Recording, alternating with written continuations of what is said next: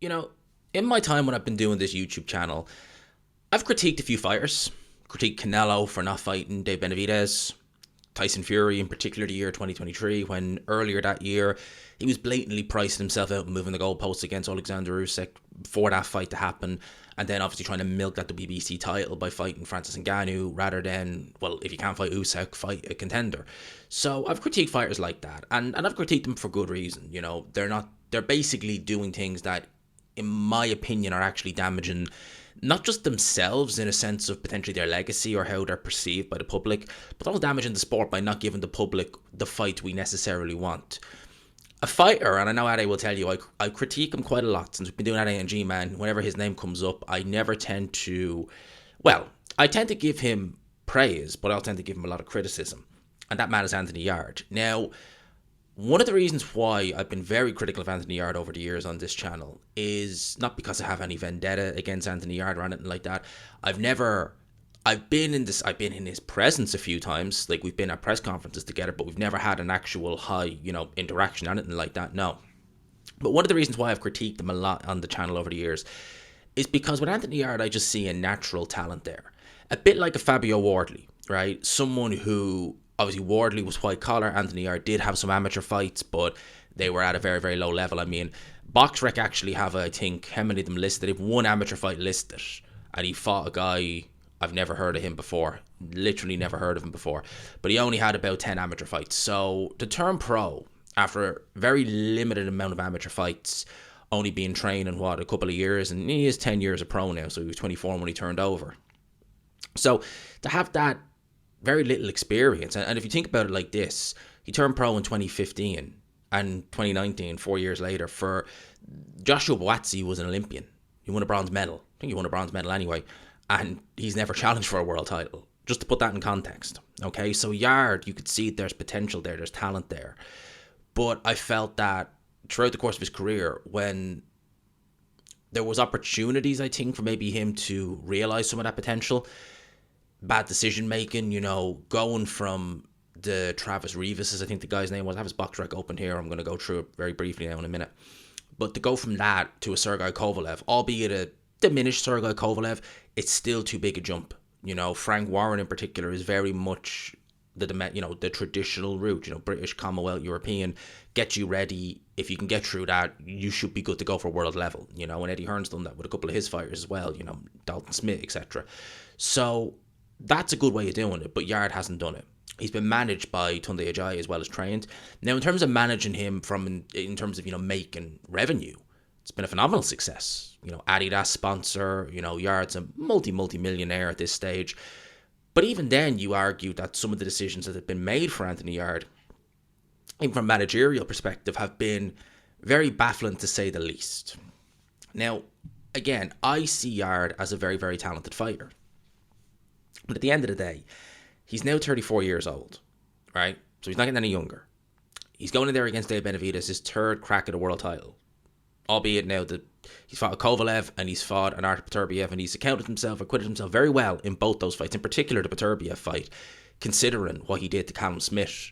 I think a year later, he obliterated Callum Smith. At least Yarde was in that fight. It was a very good fight. But now he's going in there with Dave Benavidez, and looking at Yarde on his most recent form, my early thoughts for this fight are, oh boy.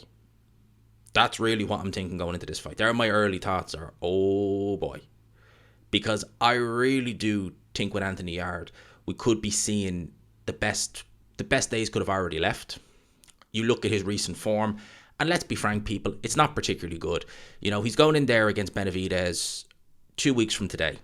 He's coming in off the back of a win over Lyndon Arthur, in which Lyndon Arthur is obviously a good fighter. He's a very good light heavyweight. He's one of the best in Britain. He's a very good fighter. So there's no shame in, maybe having a bit of a hard fight with Lyndon Arthur. He is a good fighter.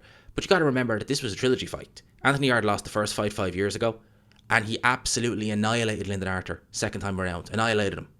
And I think that actually stalled Lyndon Arthur's career, because I think he was absolutely shocked and devastated by that loss, because he looked awful up until he fought Dmitry Bivol, and all of a sudden then, he's looking a bit like his old self again. It's like that loss really just, devastated him so much. But then you see some of the other guys he's fought, right?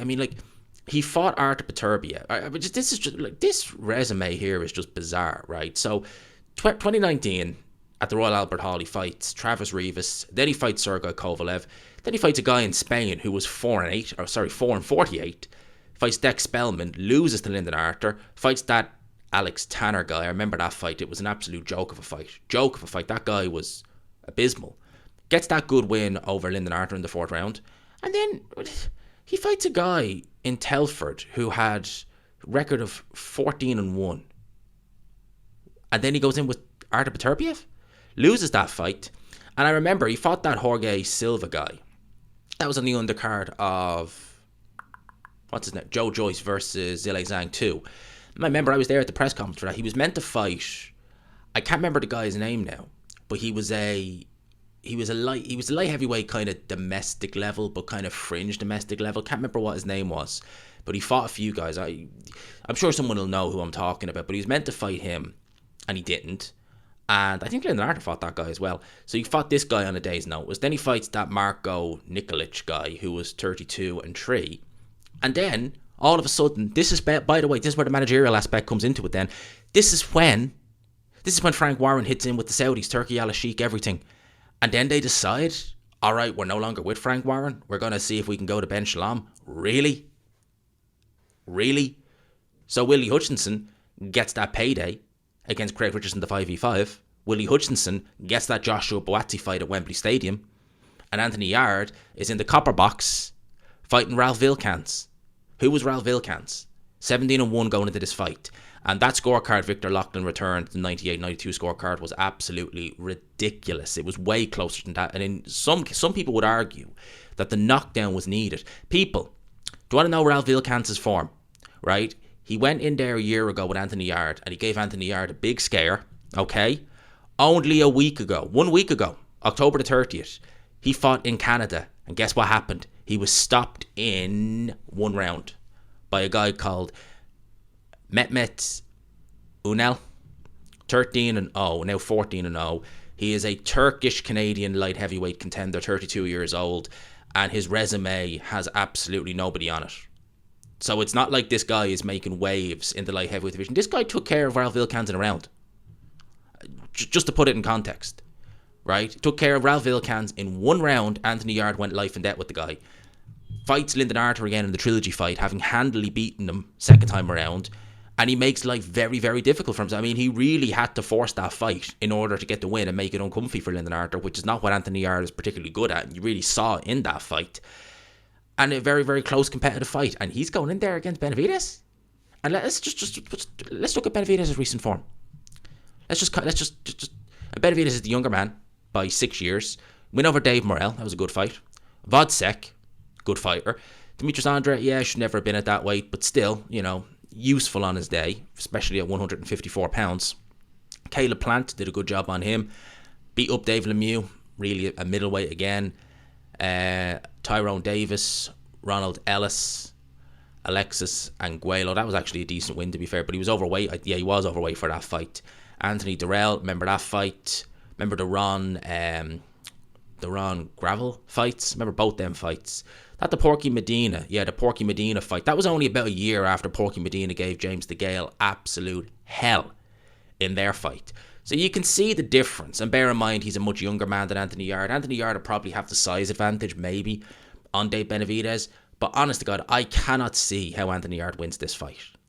Truthfully, I'm struggling with this.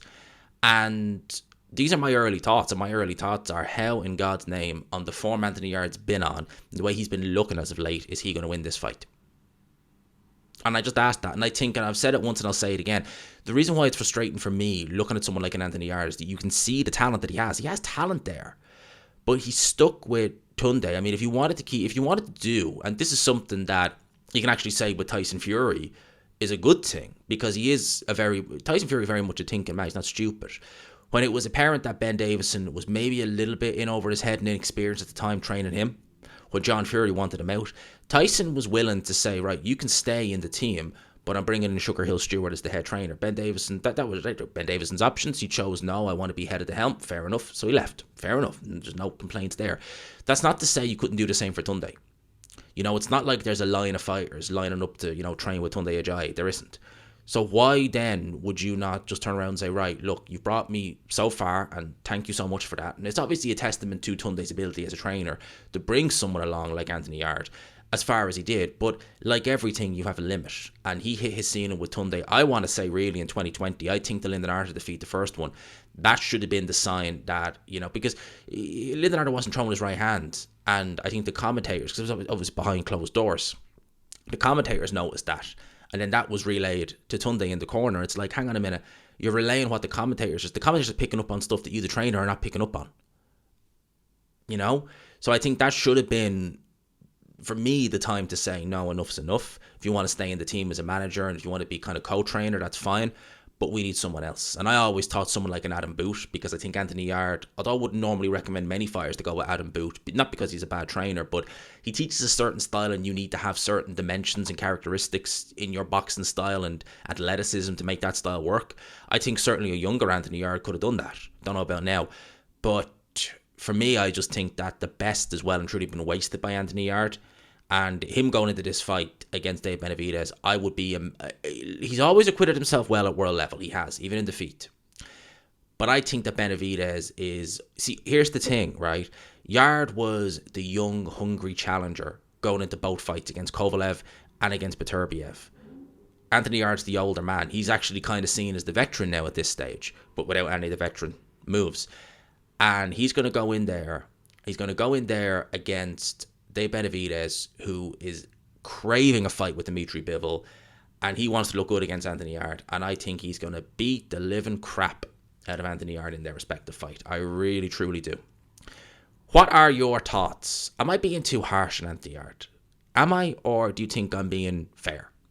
Let me know in the comment section below, as always, people, if you could. I really do hope you enjoyed the video. If you could, smash the like button, hit subscribe, all of that good stuff.